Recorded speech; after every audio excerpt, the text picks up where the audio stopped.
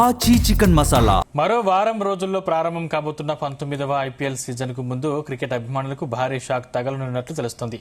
Chennai super Kings కు 5 సార్లు cup ను అందించిన తలైవా ధోని ఈ సీజన్ తర్వాత గుడ్ బై చెప్పే అవకాశం ఉందని మాజీ ప్లేయర్ రాబిన్ ఊతప్ప హింటిచ్చారు.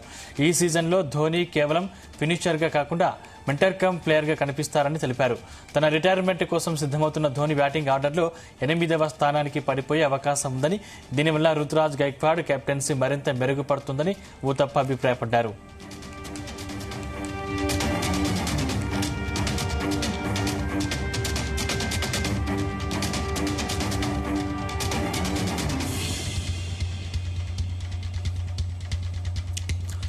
ఊతప్ప చేసిన వ్యాఖ్యలతో ధోని ఫ్యాన్స్ ఆందోళనకు గురవుతున్నారు.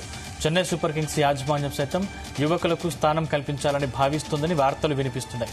అందులో భాగంగానే ఈ ఏడాది వరకు మాత్రమే ధోనిని కొనసాగించనున్నట్లు తెలుస్తోంది. గత సీజన్ ముందు వరకు ధోనిని వదులుకునే సవాలే లేదని, చెన్నై సూపర్ కింగ్స్ జట్లో ఆయన స్థానం ఎప్పుడూ స్థిరంగా ఉంటుందని యాజమాన్యం చెప్పుకొచ్చింది. కానీ అనూహ్యంగా ఈ సీజనే ధోనికి చివరిదంటూ వస్తున్న వార్తలతో ఒక్కసారిగా ఆయన ఫ్యాన్స్ ఆవేదన వ్యక్తం చేస్తున్నారు.